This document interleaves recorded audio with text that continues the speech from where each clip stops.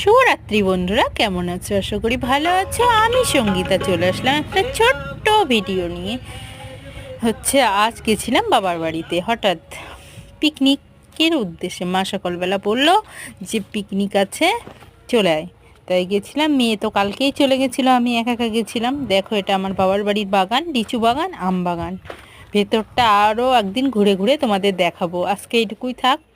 তারপরে চলে আসলাম পিকনিকের ওখানে। গিয়ে দেখি ভাই বোন মাটা সব বৌদিরা সবাই রেডি, রান্না বান্না করছে। আমি এখন অনেক একটু বেলায় হয়ে গেছিল, চলে আসলাম। তারপরে আমি এই রাইসটা আমিই করেছিলাম। দেখো, রাইসটার কালারটা জাস্ট দুর্দান্ত হয়েছিল, খেতেও তেমন টেস্টি। মাংস আর রাইস, আর কিছুই হয়নি। আর বাচ্চা কাচ্চা তো বসেই ছিল সাইড দিয়ে, অনেক বাচ্চা কাচ্চাই ছিল।